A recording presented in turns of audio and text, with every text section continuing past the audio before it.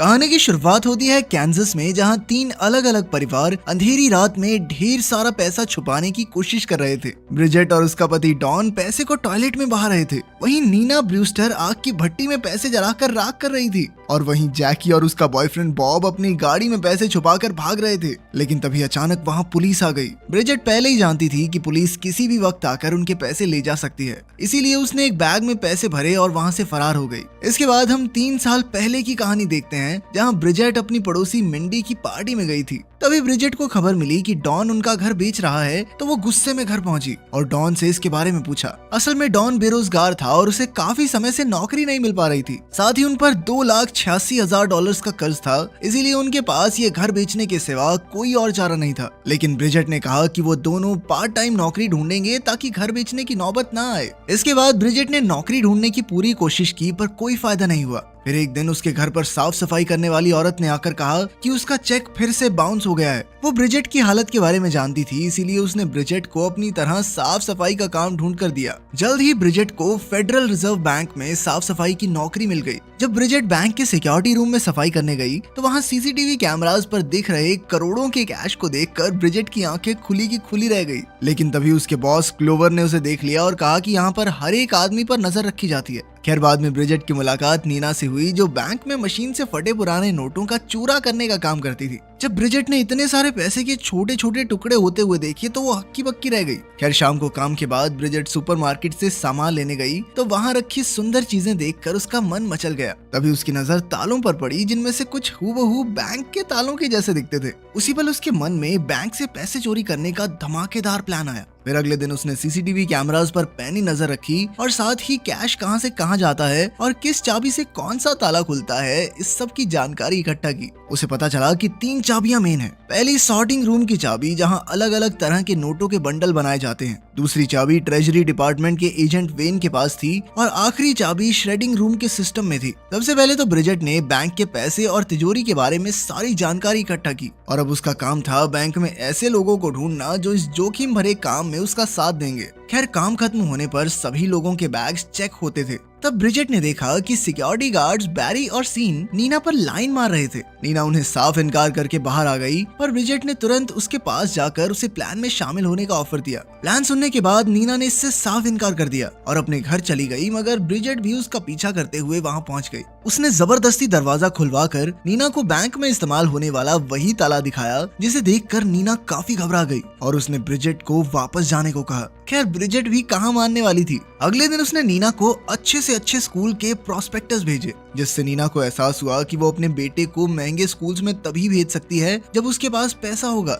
ये देखकर नीना सोचने पर मजबूर हो गई और आखिरकार उसने ब्रिजेट का साथ देने का फैसला किया। अब उन्हें सिर्फ एक और साथी की जरूरत थी, तो उन्होंने जैकी नाम की एक लड़की को चुना और एक बार में जाकर उसे सारा प्लान समझाया। कुछ ही पलों में जैकी भी राजी हो गई और वो तीनों मिलकर फेडरल रिजर्व बैंक को लूटने वाली थी। फिर उन्होंने प्लान को अंजाम देने के लिए एक सीक्रेट इशारा बनाया, जिससे वो अपना काम शुरू कर सके, और ये इशारा था अपनी आईब्रोज को छूना। फिर अगले दिन ब्रिजेट नया ताला अपनी बेल्ट के नीचे छुपाकर बैंक के अंदर ले गई। फिर लंच के समय ब्रिजेट ने सीक्रेट इशारा किया और नीना ने भी वही इशारा किया, मगर तभी जैकी ने अपना सर ना में हिलाया। बाद में जब उन्होंने जैकी से पूछा, तो उसने कहा कि उसके अंदर से आवाज आ रही थी कि आज कुछ बुरा होने वाला है। लेकिन ब्रिजेट और नीना ने उस पर बहुत गुस्सा किया, क्योंकि उसकी वजह से आज प्लान पूरा नहीं हो पाया। खैर, बाद में उनका बॉस ग्लोवर अचानक से सिक्योरिटी चेक करने आ पहुंचा और आज जैकी की वजह से वो सब बाल बाल बचे। खैर, फिर अगले दिन उन तीनों ने फिर से अपना सीक्रेट इशारा किया और काम पर लग गए। सबसे पहले ब्रिजेट साफ सफाई के बहाने इंस्पेक्शन रूम में घुसी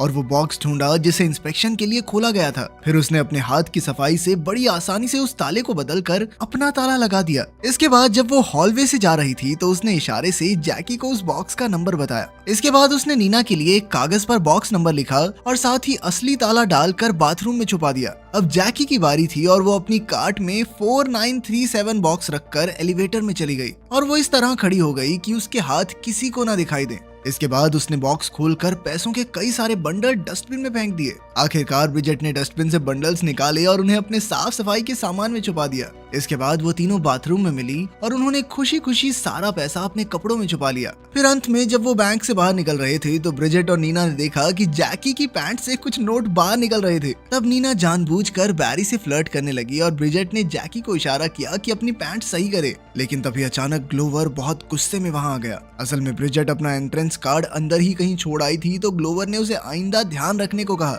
इसी दौरान जैकी ने अपनी पैंट ठीक की और आखिरकार वो तीनों ब्रिजेट के घर पहुंची। फिर सबने आपस में पैसे बांट लिए और वो सभी इतनी खुश थी कि वो पैसे हवा में उड़ाकर नाचने लगी। तभी अचानक डॉन कमरे में आया और उनकी चोरी के बारे में सब पता चल गया। ब्रिजेट को चोर बनते देख डॉन को बहुत गुस्सा आया और उसने ब्रिजेट को ये सब बंद करने को कहा, मगर ब्रिजेट ने साफ साफ कह दिया कि जब तक उनका कर्ज नहीं उतर जाता वो ये काम हरगिज नहीं छोड़ेगी। उधर नीना ने अगले ही दिन अपने बच्चों को महंगे स्कूल में डाल दिया और ब्रिजेट डॉन के साथ जाकर थोड़ा कैश बैंक में जमा कराई। इसी तरह समय बीतता रहा और तीनों औरतों का ग्रुप लगातार चोरी करता रहा। चाहे कितनी भी कड़ी सिक्योरिटी हो, वो हर बार चेकिंग से बच निकलते थे। आखिरकार ब्रिजेट को अपना घर भी वापस मिल गया और 6 महीने बाद वो सब एक रेस्टोरेंट में बैठे पार्टी कर रहे थे। तब नीना और डॉन ने कहा कि उन्हें चोरी बंद कर देनी चाहिए क्योंकि अब तक उन्होंने काफी पैसे जमा कर लिए थे। मगर ब्रिजेट, जैकी और उसका बॉयफ्रेंड बॉब इससे सहमत नहीं थे। ब्रिजेट ने कहा कि उन्हें तो इतना पैसा इकट्ठा करना है जिससे वो अपनी पूरी जिंदगी बैठकर खा सकें। आखिरकार नीना भी राजी हो गई, मगर उसने कहा कि कोई भी बहुत ज्यादा कीमती चीजें नहीं खरीदेगा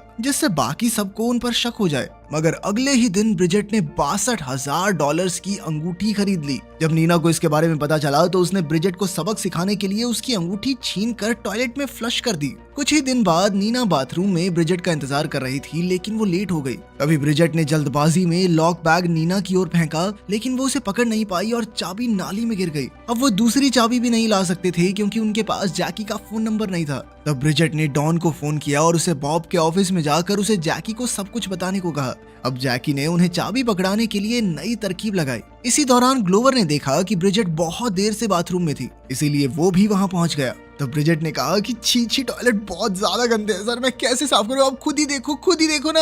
और उसकी ये बातें सुनकर ग्लोवर घबरा कर बाहर आ गया। उधर जैकी ने बबल गम में चाबी चिपकाकर लिफ्ट में लगा दी। वहीं दूसरी ओर नीना असली चाबी से ताला खोलने की कोशिश कर रही थी, पर ताला नहीं खुला। तभी बैरी उनकी मदद करने आया। उधर ब्रिजेट ने बबल गम से चाबी निकाली और नीना को देने आ पहुंची। उसने बैरी का ध्यान भटकाया और तुरंत नीना की ओर चाबी फेंक दी, लेकिन तब तक बैरी को शक हो गया था कि कुछ तो गड़बड़ जरूर है। काम खत्म होने के बाद बैरी नीना से मिलने आया और तब ये खुलासा होता है कि उसे चोरी के बारे में सब कुछ पता चल गया था। उसने नीना से कहा कि अब उनका खेल खत्म हो चुका है और वहाँ से चला गया। बाद में नीना ने ब्रिजेट और जैकी को इसके बारे में बताया और वो सोचने लगे कि आगे क्या करेंगे। तब ब्रिजेट और जैकी ने कहा कि वो मरता है तेरे ऊपर नीना, पटा ले उसको, क्या दिक्कत है। जिसके बाद उन सब ने इसी प्लान से आगे बढ़ने का फैसला किया ताकि वो भी उनकी टीम का हिस्सा बन जाए। अगले दिन नीना बैरी के घर गई और उसने बैरी को अपनी टीम में शामिल होने का ऑफर दिया, मगर बैरी ने इसके लिए साफ इनकार कर दिया। फिर अगले दिन ब्रिजेट बैरी को मेंस वॉशरूम में मिली और उससे कहा कि उसने एक खूबसूरत लड़की और ढेर सारे पैसे कमाने का सुनहरा मौका गवा दिया है। लेकिन थोड़ी देर बाद नीना ने उन्हें आकर बताया कि बैरी उनकी टीम में शामिल होने के लिए राजी हो गया है।